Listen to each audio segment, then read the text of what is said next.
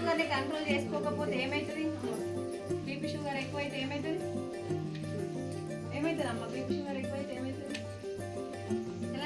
పక్షవాతం వస్తుంది. పక్షవాతం అనేది వస్తుంది.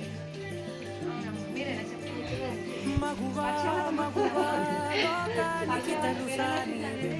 వాళ్ళకి తెలియదు కదా అక్క.